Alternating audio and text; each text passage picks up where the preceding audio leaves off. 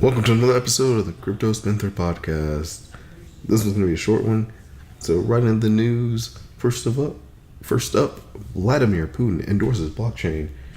Says Russia can't be late in the race. So, during a meeting with some key finance leaders, Putin remarked about how Russia needs to be on top with innovating blockchain. He stated that he does not want Russia to be left behind or depend on those who move first. So despite a rocky legislation, which Russia is kind of banned crypto in a way, not completely, but it's a lot more difficult than a lot of other countries. But despite that, they have a high interest in looking into the crypto environment. And I expect it to be very slow because they do have a lot of regulatory hurdles they want to impose, but they are making it a priority. Goldman Sachs backs Circle, acquires Poloniex. So this has been big. People have been talking about it all week. Circle bought Poloniex, and Circle's already been making mad money off crypto with its Circle Trade platform that's aimed at early adopters and institutions. Now with the acquisition of Poloniex, Circle's ambition will threaten Coinbase, and it already plans to launch an app much like Robinhood that targets the lower end crypto investors. So Coinbase is going to have some actual competition these days, and hopefully because of this Circle acquisition, Polonex's customer support also improves, and the little shady operating that Poloniex sometimes has kind of goes away with this new acquisition of this big, more corporate kind of owner. So expect Circle to keep printing money as they invest more into cryptocurrency platforms and such.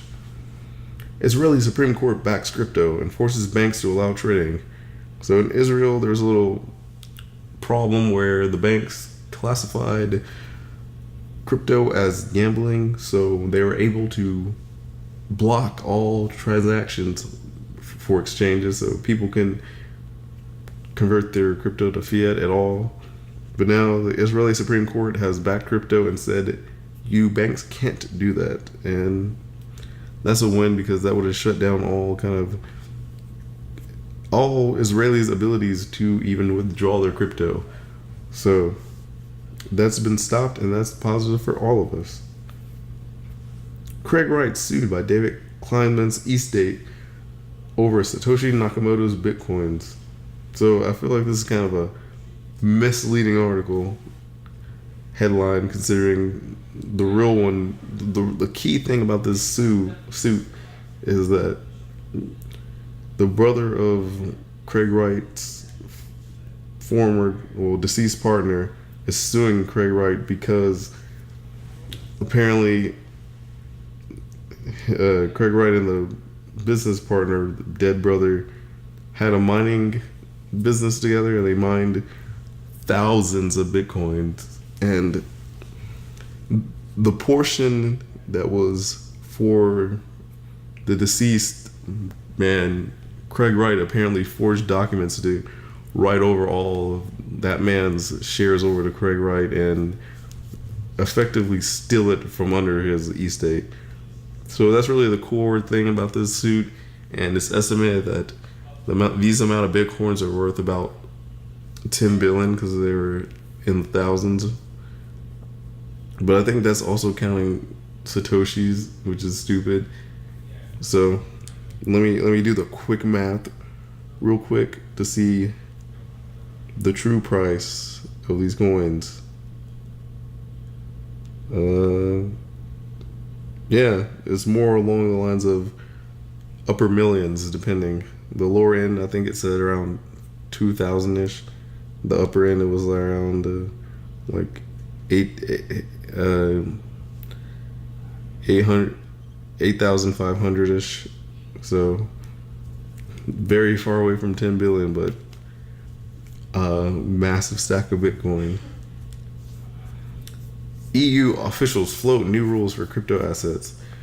The EU presents mostly positive news about crypto, and they're recent meetings, and the real thing is they kind of acknowledge how Europe has overall Europe isn't really a big market. The biggest markets are the Asian markets and the US, but Europe is basically calling for global regulation, and I mean global regulation, not just the EU regulation, but everywhere, to have this uniform regulation to deal with cryptocurrencies. And even getting in like an entire Europe regulation seems kind of difficult at this stage, considering I'm pretty sure Slovenia will not fall in line at all, and even if all the EU falls in line, Switzerland's just right there, and people will just go to Switzerland and avoid all EU law right there. So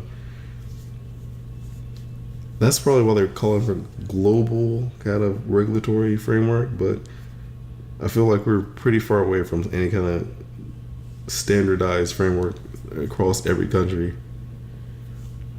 Bitcoin Pizza Day 2.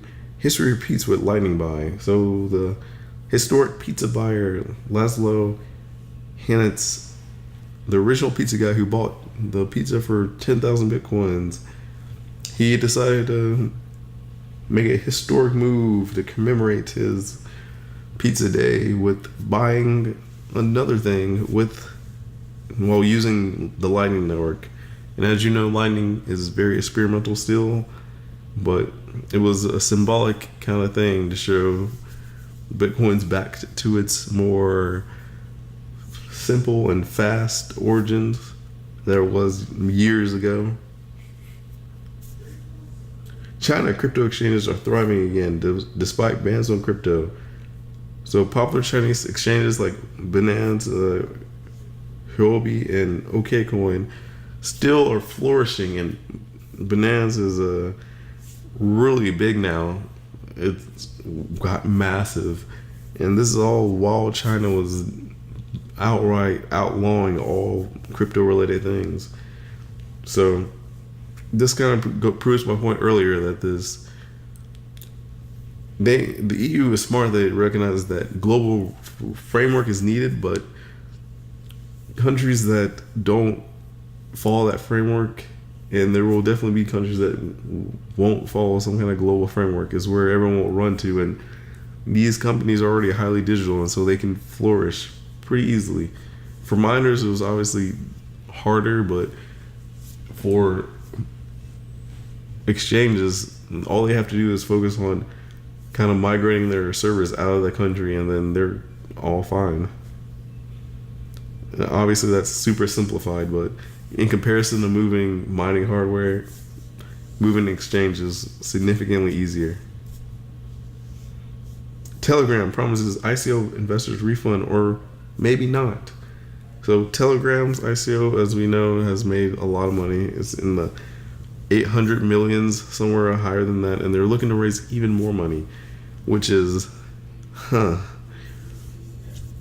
They are also contradicting themselves with regarding if you get a refund or not, because at one point it said if they don't launch the project by October 2019, they'll refund you. However, another part of it says they aren't liable for things like that, so it's really iffy, and it's kind of mind-blowing that they're trying to raise more and more money, even if I'm pretty sure at this point Telegram has raised the most money in crypto like ever, and it's ridiculous. It seems like a project that's just gonna crash and burn, or they're using the money for something totally unrelated. Europol, Monero, ZCash, and Dash are major problems. So I've been saying this for months, that privacy coins are going to be a hot topic with law enforcement, as they realize Bitcoin isn't really good for doing illegal things. As criminals realize Bitcoin is not good for illegal things. But Monero especially is something that you can kind of totally avoid the negatives of Bitcoin, such as chain analysis, being able to track your entire move. So, yeah, Europol has acknowledged that they need to try to find a way to tackle these privacy coins, and the number one way they'll probably start now is just trying to track users down by how they write. Do they use the same username? More simple stuff than that, rather than try to track any of the transactions, because it's relatively impossible. Trump administration is working on a comprehensive strategy from crypto. Another very misleading title, considering the primary thing is more of dealing with the law enforcement side of dealing with like money laundering and all that. It's not really any kind of regulatory framework or ICO framework, trading, not too much of that, just mainly law enforcement, and probably we'll see the whole governments being super, super serious to these exchanges that deal in fiat and requiring a lot out of them to operate. And finally, JPMorgan says it may have to adapt to counter crypto adoption. And that seems mind-blowing that they think they can counter crypto adoption, but they will definitely have to adapt to survive, because we've been seeing all these banks realize that they need to change their ways to even be able to be competitive with crypto, and if they try to stay set in their ways, they will find themselves obsolete in this new blockchain world. So that is where we're ending here.